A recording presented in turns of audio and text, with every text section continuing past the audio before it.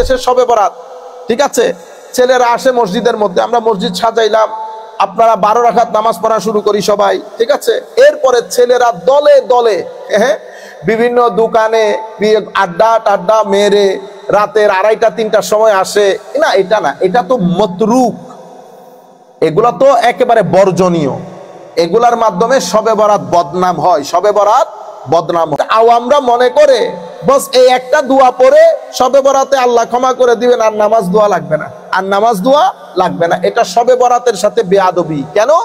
আমার আল্লাহ রাব্বুল আলামিন আমাদেরকে একটা সুযোগ দিয়েছেন, আমরা আদবের সাথে সেই সুযোগটা গ্রহণ করব। এখন আমরা যদি ওইটাকে মজাক বানিয়ে ফেলি, আমরা যদি এটাকে কি বলে খেলনা বানিয়ে ফেলি, we start miss using it, তো এটা আল্লাহরও শানের খেলাফ হবে, আমাদের শবে বরাতের শানেও বেয়াদবি হবে।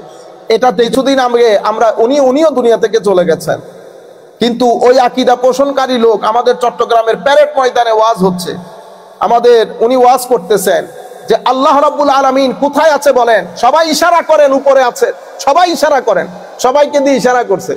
আমি সম্মানিত আলেম আপনারা যারা এবং ফলো করেন তাদেরকে বলছি, এই ব্যাপারে উম্মতে মুসলিমার 2টা আকীদা, একটা হচ্ছে কুল কায়নাতের মুসলমানদের আকীদা, যেটাকে আমরা আকীদায়ে আহলে সুন্নাত বলি, আর একটা হচ্ছে সালাফি আকীদা, যেটার মূল হোতা, যেটার মূল নায়ক হচ্ছেন শেখ ইবনে তাইমিয়া।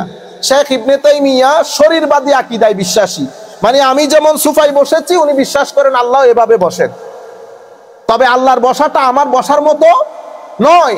যদি আল্লাহর বসাটা আমার বসার মতো কেউ বলে, তাহলে কাফের হয়ে যাবে, কি হয়ে যাবে, দ্বীন ইসলাম থেকে খারিজ হয়ে যাবে। কিন্তু আপনি বলতেছেন বসেছেন, তবে বসাটা আমার মতো না, এই কথাই আপনাকে বাঁচিয়ে দিয়েছে।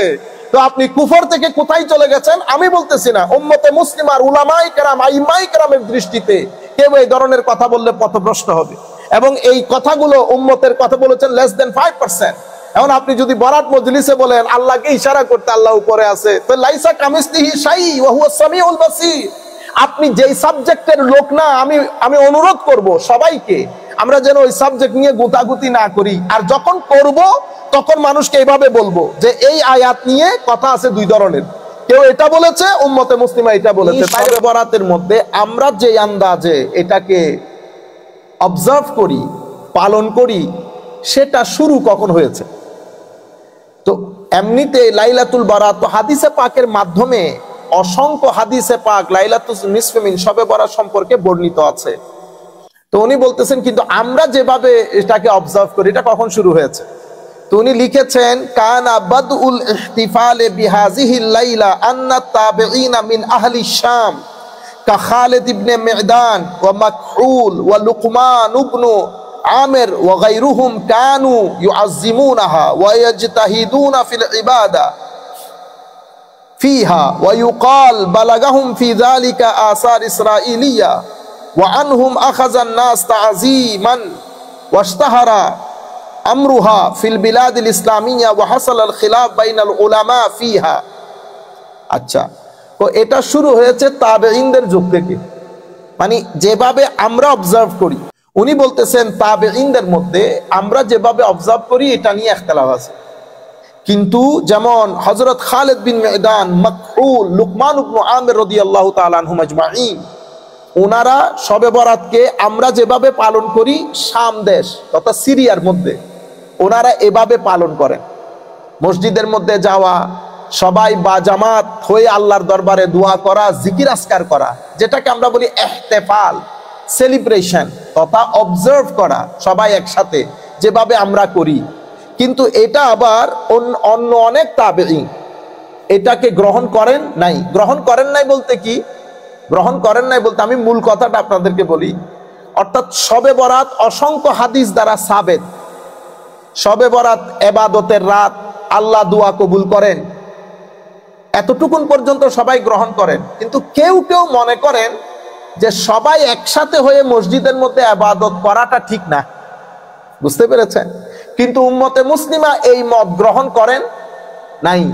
তাবেঈনদের মধ্য থেকে শুরু হয়েছে, আজকের দিন পর্যন্ত উম্মতে মুসলিমা যেটা গ্রহণ করেছে সেটা হচ্ছে শবে বরাতকে আমরা সবাই মিলে মসজিদে একত্রিত হয়ে নতুন জামা পরে, গোসল করে, আতর লাগিয়ে এসে আল্লাহর জিকির করা, একসাথে সবাই আল্লাহর দরবারে ক্ষমা চাওয়া, অতঃপর ঘরে ঘরে গিয়ে যার যার মতো করে ইবাদত রিয়াজত করা।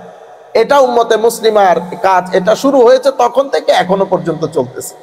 কিন্তু তাবেঈনদের মধ্যে কেউ কেউ মনে করেন, বিশেষ করে হিজাজের যারা তাবেঈ ছিল, তো এখানে মনে রাখবেন, একটা হচ্ছে শাম দেশ। শাম মানি এই যে সিরিয়ান লোক, ইয়েমেন থেকে শুরু করে ওই ওই ওই ওই ব্লক। আর আহলে হেজাজ বলা হয় এই সৌদি আরব, মক্কা শরীফ, মদিনা শরীফ, রিয়াদ, এই সমস্ত দেশের, বিশেষ করে মক্কা শরীফ, মদিনা শরীফ।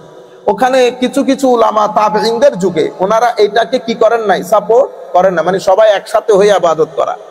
কিন্তু আবার কেউ কেউ করেছেন, কেউ কেউ বলতে বেশিরভাগ করেছেন, এবং ইবাদত রিয়াজত করা, তাওয়াফ করা, মানুষদেরকে জমজম পান করানো, ওগুলা করতেন। আমি মূল মেসেজ যেটা আপনাদেরকে বলতে চাচ্ছি, যে ইবাদত করা নিয়ে কথা বলে নাই কেউ। কেউ কেউ মনে করেছেন সবাই একসাথে হয়ে যে ইবাদত, সে ইবাদত না করা উচিত কেউ কেউ। কিন্তু উম্মতে মুসলিমা তখন থেকে শুরু করে আজকের দিন পর্যন্ত কিভাবে ওই জিনিসটা করে আসতেছে। সিফাতু ইহয়ায়ে হাযিহিল লাইলা, তো এই রাতটাকে অবজার্ভ কিভাবে করব। তো উনি লিখতেছেন, ইখতালাফা উলামাউ আহলিশ শাম ফি সিফাতে ইহয়াইহা, ফামিনহুম মান ক্বালা ইস্তাহিব্বু ইহয়াউহা ফিল মাসাজিদ জামাআতান, ওয়া হাযা রা'য়ু খালিদ বিন মি'দান ওয়া লুকমান ইবনে আমির ওয়া গায়রুহুমা, ফাইন্নাহুম কানু ইয়ালবিসুনা ফিহা আহসানা সিয়াবিহিম ওয়া ইয়াতাবাখখারুন ওয়া ইয়াকতাহিলুন ওয়া ইয়াকুমুনা ফিল মাসজিদ লাইলাতাহুম তিলক। একই কথা, ইখতিলাফাল উলামা মানে কি করব, এটা নিয়ে উলামায়ে কেরামের মধ্যে, উলামা এখানে আমাদের কথা বলতেছে না, তাবেঈনদের জমানা। তো ও তখন এই মিনহুম মান ক্বালা ইস্তাহিব্বু, তাবেঈনদের মধ্যে কেউ কেউ বলেছেন এটা মুস্তাহাব। তো এই কারণে ওনারা কি করতেন, মসজিদের মধ্যে সবাই বা জামাত একত্রিত হতেন। ঠিক আছে, যেমন খালিদ বিন মি'দান, লুকমান ইবনে আমির, এই সমস্ত বড় বড় তাবেঈনরা ভালো কাপড় পরিধান করে, কোহল লাগিয়ে, আতর লাগিয়ে মসজিদের মধ্যে জমা হতেন। আবার এই জিনিসটাকে কোনো কোনো তাবেঈ এটাকে গ্রহণ করেন নাই। ওনারা বলেছেন না, ঘরের মধ্যে বসে ইবাদত করেন। কিন্তু উম্মতে মুসলিমার আমল এটার উপরই জারি আছে। উম্মতে মুসলিমার আমল এটার উপরই জারি আছে এবং কুল কায়নাত করতেছে। কিন্তু ইস্তাহিব্বু এটা মুস্তাহাব কাজ, ফরজ না, ওয়াজিব না, সুন্নতে মুআক্কাদা না, মারামারি কাটাকাটি হবে না। বুঝতে পেরেছেন? যার যেমন খুশি, কিন্তু উম্মতে মুসলিমার আমল এটার উপরই জারি আছে। ঠিক আছে, আচ্ছা। এরপরে উনি আবার এটাও বলেছেন যে ফি কিয়াম জামাআত লাইসা যালিকা বিবিদআ, ওনারা বলতেছেন না, এটা বিদআ হবে না। তারপরে নাকালাহু আনহু হারবাল কিরমানি ফি মাসাইলি ওয়া মিনহুম মান ক্বালা ইয়াকরাহুল ইজতিমা লিস-সালাত। কেউ কেউ মনে করেছেন যে মসজিদের মধ্যে একত্রিত হয়ে ওয়াজ তাকরীর করা, দোয়া দরুদ পড়া, সবাই একসাথে হওয়া বা জামাত, এটাকে কেউ কেউ মনে করেছেন এটা ঠিক জিনিস না, মাকরুহ কেউ কেউ। কিন্তু আমি বারবার আপনাদেরকে বলতেছি, উম্মতে মুসলিমা আমল করেছেন কোনটার উপর? সবাই মিলে আমরা যেভাবে অবজার্ভ করতেছি, সেটা সেই যুগ থেকে এই যুগ পর্যন্ত কুল কায়নাত ওইটার উপরই আমল করেছে। ওয়াকাদ নাকালাল বাইহাকি ফি সুনানিল কুবরা আন ইমাম শাফিঈ। এখন উনি সলফে সালিহিন উম্মতের কথা বলতে গিয়ে বলতেছেন যে উম্মতে মুসলিমার মধ্যে ওই এটাই গ্রহণযোগ্য হয়েছে। যেমন বালাগানা আন্নাহু কানা ইউকাল আন্না দুআ ইউস্তাজাবু ফি খামস লায়ালিন ফি লাইলাতিল জুমআতি ওয়া লাইলাতিল আদহা ওয়া লাইলাতিল ফিতর ওয়া আউয়াল লাইলাতিন মির রাজব ওয়া লাইলাতিন নিসফি মিন শাবান। উনি বলছেন, ইমাম বাইহাকি সুনানুল কুবরার মধ্যে ইমাম শাফিঈ থেকে রায় বর্ণনা করতেছেন। উনি বলেছেন 5টা রাতে দোয়া কবুল হয়। কোন 5টা রাত? লাইলাতুল 2 ঈদের রাত, রজবের প্রথম রাত এবং লাইলাতুন নিসফি মিন শাবান। এই 5টা রাতে, জুমার রাত, জুমার রাত, রজবের প্রথম রাত, 2 ঈদের রাত এবং শবে বরাত, এই 5টা রাতে আল্লাহর দরবারে দোয়া কবুল হয়। ওয়া ওয়ারাদা আন ওমর ইবনে আব্দুল আজিজ, ওমরে সানি ওমর বিন আব্দুল আজিজ, তো উনি আন্নাহু কাতাবা ইলা আমিলিহি বিল বাসরা, উনি বাসরা শহরের মধ্যে ওনার যারা সরকারি অফিসার আছেন ওদেরকে চিঠি লিখে বলেছেন, আলাইকা বিআরবা'i লায়ালিন ফিস সানা ফা ইন্নাল্লাহা ইয়াফরাগু ফিহিন্নার রাহমা ইফরাগান আউয়ালু লাইলাতিন মির রাজব ওয়া লাইলাতুন মিন নিসফিন শাবান ওয়া লাইলা আল ফিতর ওয়া লাইলাতিল আদহা। উনি বলেছেন 4টা রাত যেন তোমরা অবজার্ভ করো, 4টা রাত, যে 4টা রাতের মধ্যে আল্লাহ রাব্বুল আলামিন আল্লাহর রহমতের দরজা বন্যা বইয়ে দেন মখলুকাতে খোদার জন্য। এই 4টা রাত তোমরা অবজার্ভ করবা। সেগুলা কি কি? এই যে রাতগুলার কথা বলেছি, লাইলাতুন নিসফ মিন শাবান, শবে বরাতের রাতও সেখানে উল্লেখযোগ্য। এই জন্য হযরত সিদ্দিক আহমদ গুমারি রহমতুল্লাহ আলাইহি কিভাবে জাস্টিস করতেছেন দেখেন, এক পেশে কথা বলতেছেন না, সকলের রায় তুলে ধরেছে। তুলে ধরে উনি বলছেন উম্মতে মুসলিমার রায়েজ রায়, প্রতিষ্ঠিত রায় হচ্ছে সবাই একসাথে আমরা যেভাবে অবজার্ভ করি সেভাবে অবজার্ভ করা। ফদলু হাযিহিল লাইলা। এখন উনি কি করলেন, উনি রাতের ফজিলত বর্ণনা করতেছেন। তো এই রাতের ফজিলত বর্ণনা করতে গিয়ে উনি বলেছেন যে প্রথম কথা হচ্ছে যেই কোরআনে পাকের যেই আয়াতে, সূরা দুখানের যে আয়াত লাইলা মুবারাকা, উনি বলেছেন মেজরিটি মুফাসসিরিন বলেছেন, আব্দুল্লাহ ইবনে আব্বাস রাদিয়াল্লাহু তাআলা রায় সহ এটা লাইলাতুল কদর। কিন্তু এখানে আরো একটা রায় আছে যেটা ইকরিমা থেকে বর্ণিত, আরো অনেক উলামায়ে কেরাম বর্ণনা করেছেন যে এখানে রাত শবে বরাত। কিন্তু মেজরিটি আমি যেটা জুমার মধ্যে বলেছি সেই কারণে এটা আর রিপিট করতেছি না। তো এখন উনি এই সংক্রান্ত যত হাদিস এসেছে উনি এই কিতাবের মধ্যে বর্ণনা করেছেন। এটা হচ্ছে আল্লাহ রাব্বুল আলামিন এক একজনকে এক এক ইলম দান করেন। আমরা যদি দুনিয়াতে আবার আসি, এখন চলে গিয়ে আবারও আসি, এতগুলা হাদিস এতগুলা কিতাব তিনি একত্রিত করা সম্ভব না। তো আমাদের জন্য বিরিয়ানি করে দিয়েছে, সব কিছু মওজুদ। এখন আমরাও বিসমিল্লাহ করে প্রথম হাদিস আমি জাস্ট একটু একটু করে আপনাদেরকে বলবো। উনি বলেছেন যতগুলা হাদিস শবে বরাতের ব্যাপারে বর্ণিত হয়েছে অনেকগুলা হাদিস দঈফ আছে। আমাদের এখানে বলা হচ্ছে দঈফ মানে মাতরুক, ইন্না লিল্লাহি ওয়া ইন্না ইলাইহি রাজিউন। না, হাদিসে দঈফ হাদিসের একটা প্রকার। হাদিস যেই হাদিসটা হাদিসে দঈফ হবে, আমরা কোনোদিন ইনশাআল্লাহ এটা বর্ণনা করবো, আজকে অন্য জায়গায় চলে গেলে কিতাব শেষ হবে। হাদিসে দঈফ মানে কিছু শর্ত পূরণ না হওয়ার কারণে উলামায়ে কেরাম বলেন এই হাদিসের সনদ দঈফ, কিন্তু এটা দিয়ে ফজিলত, মুস্তাহাব, ফাজাইলে আমাল এগুলা করতে পারবে। হাদিসে দঈফ মানে রিজেক্টেড না, হাদিসে দঈফ মানে এটা সনদের দিক থেকে ওই স্ট্যাটাস পূর্ণ না, বিবিসি সিএনএন না। আপনারা বুঝতে পেরেছেন? বিবিসি সিএনএন গ্রহণযোগ্য যেভাবে, ঠিক আছে? তো এখানে বিবিসি সিএনএন বাদেও তো যেমন আল জাজিরা, তা আল জাজিরা কি মতরুক না? আপনারা বুঝতে পেরেছেন? হাদিসে দঈফ দ্বারা সাবেত। তো হাদিসে দঈফ আমলের ক্ষেত্রে গ্রহণযোগ্য। উনি বলতেছেন যদিও কিছু হাদিস এমন আছে যেটা এক কিতাবের মধ্যে বর্ণিত হয় নাই। যেমন একটা হাদিস আমি আপনাদেরকে জুমার দিন বলেছি, 10 জন সাহাবী বর্ণনা দিয়েছে 10 তরিকায়।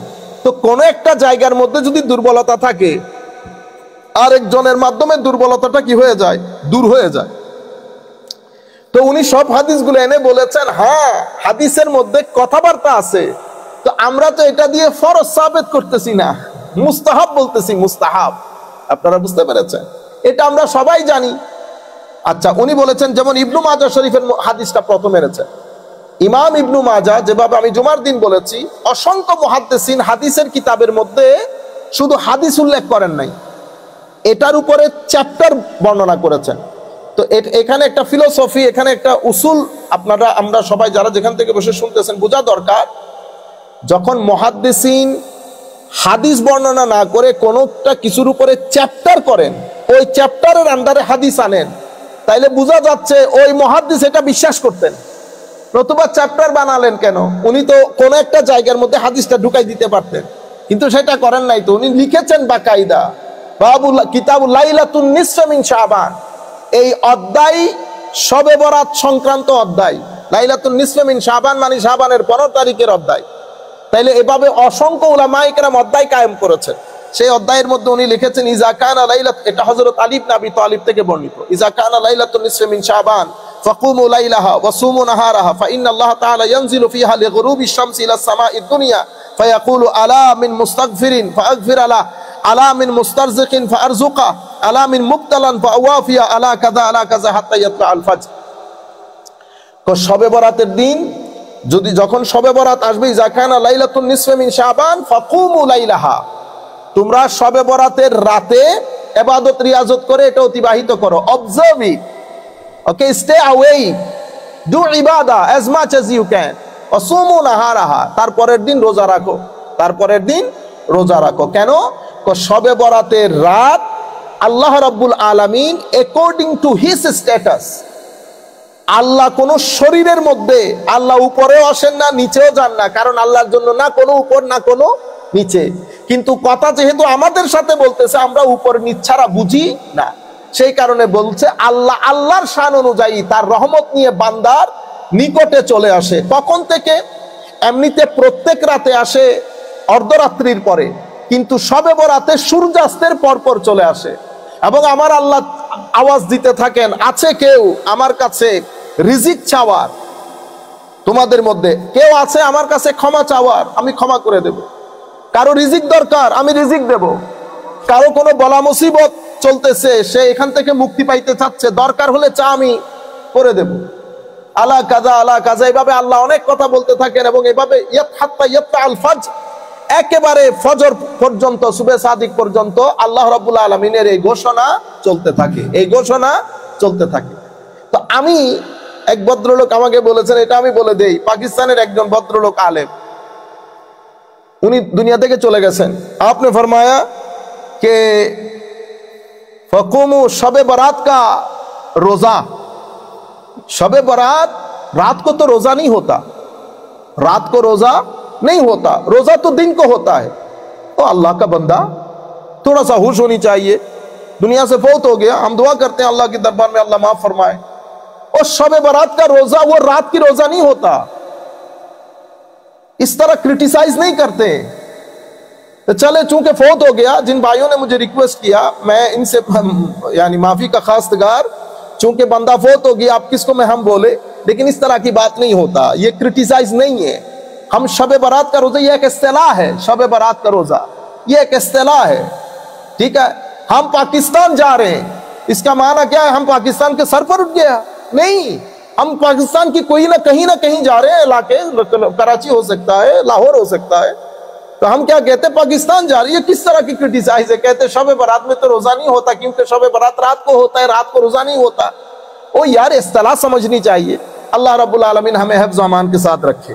तो আমার নবী সাল্লাল্লাহু আলাইহি ওয়াসাল্লাম হযরত আয়েশা সিদ্দিকা রাদিয়াল্লাহু তাআলা আনহাকে বলেছেন যে, আয়েশা তুমি জানো আজকে কোন রাত? আমার নবী সাল্লাল্লাহু আলাইহি ওয়াসাল্লাম ইরশাদ করেছেন যে আজকে শাবানের 15 তারিখ, অর্থাৎ শবে বরাতের রাত। এই রাতে আল্লাহ রাব্বুল আলামিন আল্লাহর শান অনুযায়ী সামাঈদ দুনিয়াতে নেমে আসেন, আল্লাহর শান অনুযায়ী। আপনি এটাকে শারীরিক উপরে ওঠা নিচে নামা এটা খেয়াল করবেন না, আল্লাহর শান অনুযায়ী নিচে চলে আসেন।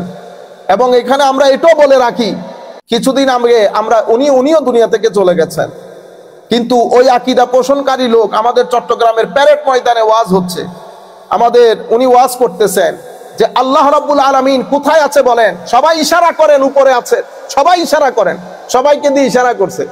আমি সম্মানিত আলেম, আপনারা যারা এবং ফলো করেন তাদেরকে বলছি, এই ব্যাপারে উম্মতে মুসলিমার দুইটা আকীদা।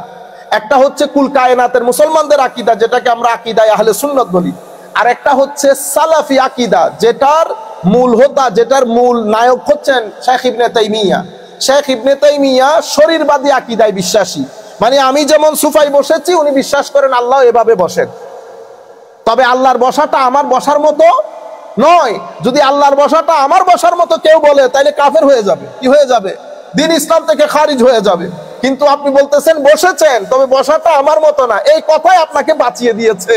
তো আপনি কুফর থেকে কোথায় চলে গেছেন? আমি বলতেছি না, উম্মতে মুসলিমার উলামায়ে কেরাম, আইম্মায়ে কেরামের দৃষ্টিতে কেউ এই ধরনের কথা বললে পথভ্রষ্ট হবে।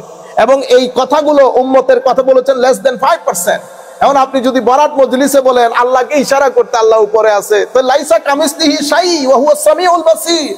আপনি যেই সাবজেক্টের লোক না, আমি অনুরোধ করব সবাইকে আমরা যেন ওই সাবজেক্ট নিয়ে গুতাগুতি না করি। আর যখন করব তখন মানুষকে এইভাবে বলবো যে এই আয়াত নিয়ে কথা আছে দুই ধরনের, কেউ এটা বলেছে, উম্মতে মুসলিমা এটা বলেছে, তাইলে মানুষের কাছে জিনিসটা পরিষ্কার হয়ে গেল।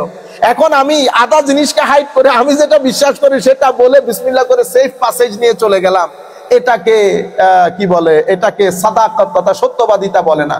আল্লাহ রাব্বুল আলামিন আমাদের হামি ও নাসির হোক। তো আল্লাহর শান অনুযায়ী আসেন, এবং সেই দিন আল্লাহ রাব্বুল আলামিন বনি তাদের কাছে অসংখ্য ছাগল, অগণিত ছাগল তারা লালন পালন করত।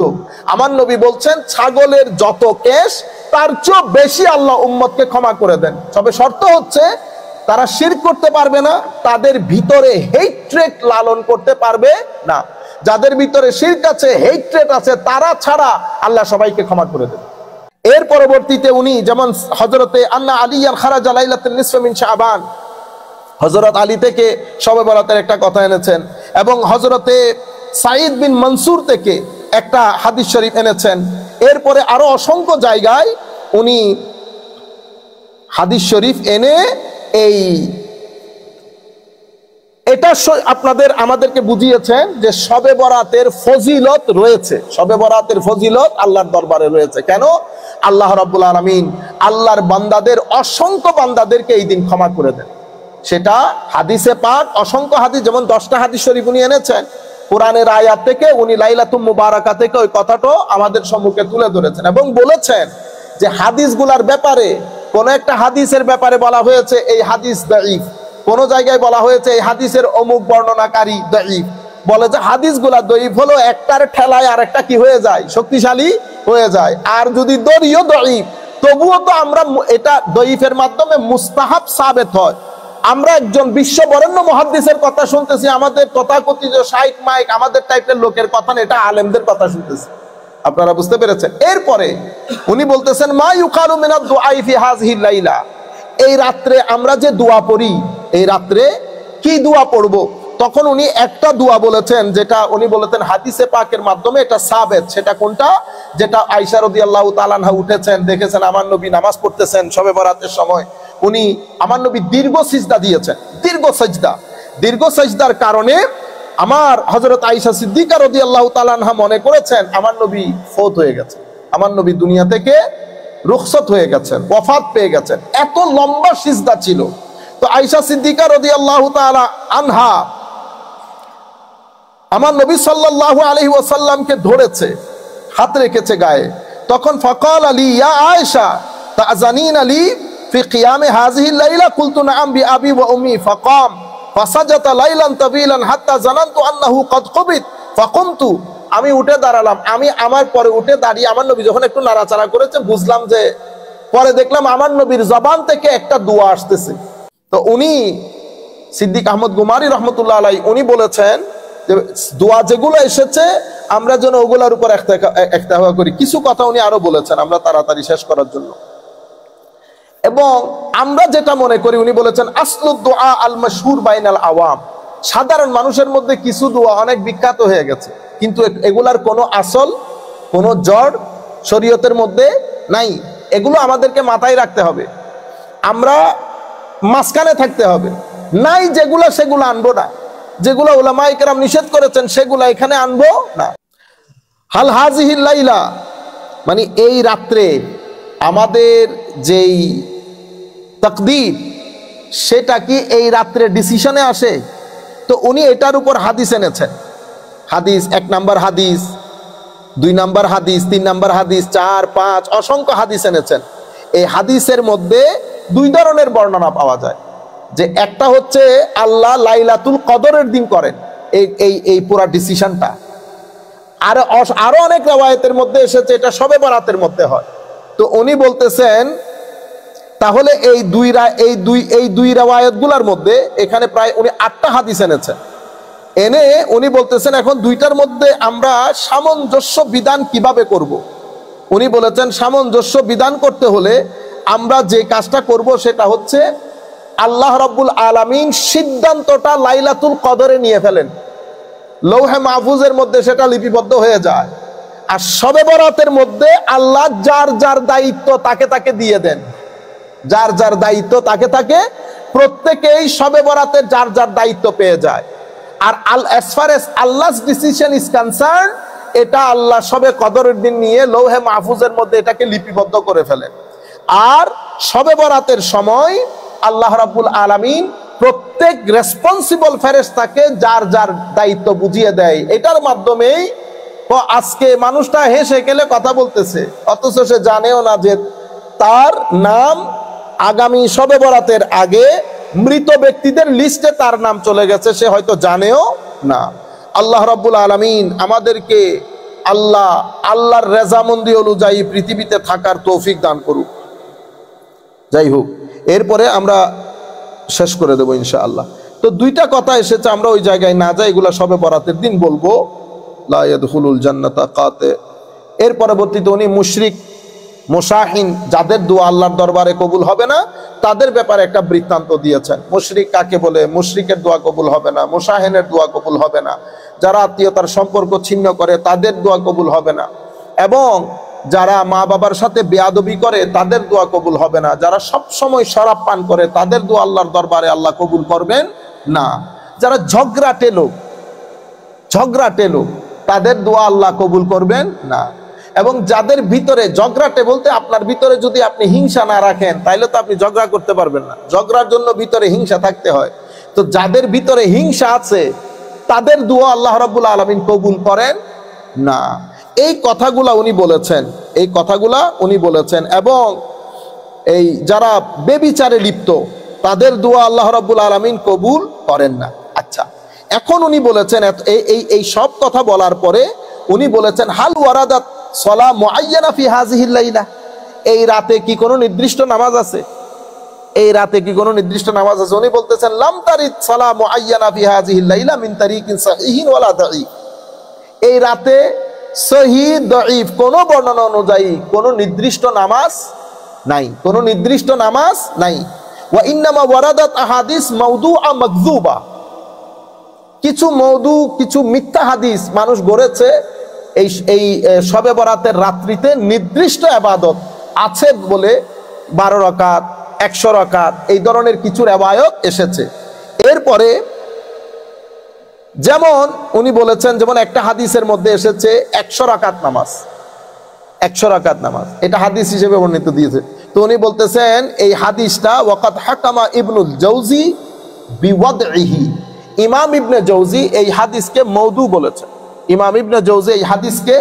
বলেছেন, আমি আর এরপর আরেকটু কথা বলবো ইনশাআল্লাহ। তো উনি দ্বিতীয় আরেকটা হাদিস রিওয়ায়াত করেছেন, উনি বলেছেন, যেমন কে বলেছে, মান কারা লাইলাতুন নিসফা মিন শাবান আলফ মাররা কুল হুয়াল্লাহু আহাদ 100 মাররা লাম ইয়াখরুজ মিন আদ-দুনিয়া হাত্তা ইয়াবআসাল্লাহু ইলাইহি ফি মানামিহি 100 মালাকিন 30 ইউবাশশিরুনাহু বিল জান্নাহ।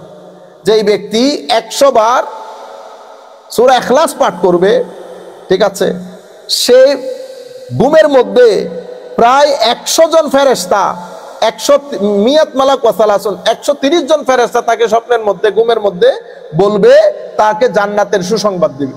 তো এই যে রিওয়ায়াতগুলো আছে এগুলা মিথ্যা রিওয়ায়াত, এগুলার কোনো ভিত্তি নাই। তো উনি কি বলতেছেন? উনি বলতেছেন এই রিওয়ায়াতটা ইমাম ইবনে জাওজি কি বলেছেন? মওদু বলেছেন, মানে এটা হাদিস না, বানোয়ার জিনিস।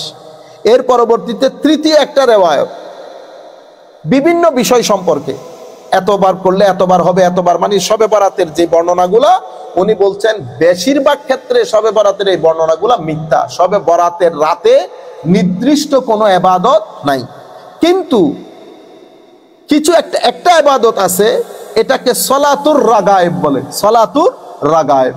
তো সলাতুর রাগায়েবের ব্যাপারেও উনি বলছেন যে অসংখ্য মুহাদ্দিসিন এটাকে জায়েজ বলেন নাই। জায়েজ বলতে উনি বলেছেন এই রিওয়ায়াতটাও মওদু, কিন্তু মুহাদ্দিসকুল শিরোমণি ইমাম ইবনুস সালাহ আশ-শাযুরি, মুকদ্দমা ইবনে সালাহ আলমে হাদিসের ক্ষেত্রে একেবারে বুখারী শরীফের সমতুল্য উলুমে হাদিসের ক্ষেত্রে, উনি আবার সালাতুর রাগায়েবের হাদিসকে বলেছেন না, এটা মওদু না। এটা নিয়ে আবার উলামায়ে কেরামের মধ্যে ডিভিশন, ওনার ছাত্রদের মধ্যে, ওনার ছাত্ররা বলেছেন না আমার উস্তাদ এটা ঠিক বলেন নাই, কিন্তু উনিও তো ইমাম ইবনুস সালাহ, ঠিক আছে, ওনারা তো শুধুমাত্র কিতাবী আলেম ছিলেন না, সিজদার আলেমও ছিলেন। আবার ওনার সাথে সুলতানুল উলামা ইমাম ইজ্জুদ্দিন ইবনে আব্দুস সালামের সাথে অনেক ইখতিলাফ হয়েছে। যাই হোক, তো উনি বলেছেন যে এই আমরা যেভাবে, তো আমরা এই রাতটা পালন কিভাবে করব? ইবাদতের মাধ্যমে। কিসের ইবাদত? আপনি নফল নামাজ পড়বেন, তাহাজ্জুদ পড়বেন, হ্যাঁ, আমরা সালাতুত তাসবিহ পড়লেন, আপনি যত মন চায় নিয়ত করে আল্লাহকে সন্তুষ্ট করার জন্য যত মন চায় আপনি নফল পড়বেন। কিন্তু নির্দিষ্ট কোন নামাজের বর্ণনা উনি বলতেছেন কিতাবের মধ্যে আসে নাই, কিতাবের মধ্যে আসে নাই।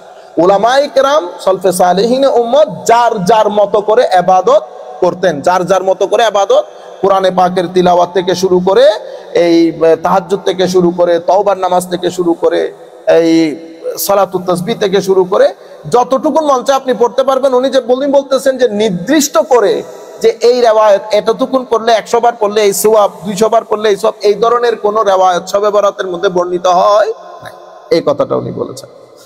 তারপরে আমরা কিতাব একেবারে শেষের দিকে এই ইমাম ইবনু হাজার হাইতামি সহ অনেকেই ওনার সাথে এই ব্যাপারে মত পার্থক্য করেছেন। এখন উনি আল খুলাসা শেষ পৃষ্ঠায় চলে এসেছে, অনেক লম্বা কিতাব, আমি আপনাদেরকে সামান্য সময় বলেছি। আল খুলাসা উনি বলেছেন, আমি এখন আমার পুরা কিতাবে কি লিখছি সেটা আপনাকে সামারাইজ করি। প্রথম বিষয় হচ্ছে, আমি যেটা বলেছি সেটা হচ্ছে লাইলাতুন নিসফে মিন শাবান, শবে বরাতের ফজিলত অসংখ্য হাদিস দ্বারা বর্ণিত, এস্টাবলিশ বিষয়। এটাকে অস্বীকার করা গলত, ভুল। ওলামায়ে কেরামের শব্দ চয়ন দেখছেন, গলত।